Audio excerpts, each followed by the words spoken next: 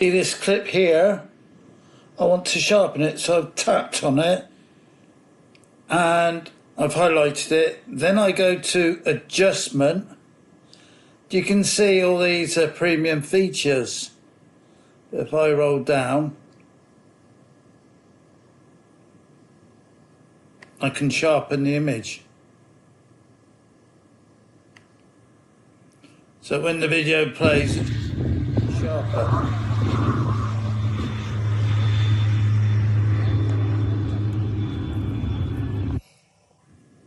So if I go on to this one,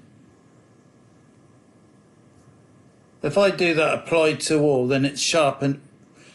It has sharpened all the images within the group of photos, videos I've got on my timeline. So whilst you're in there, you can also adjust the clarity.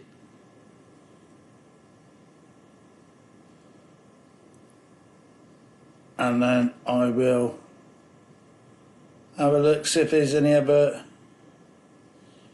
improvements I can make, and then I'll just say apply to all.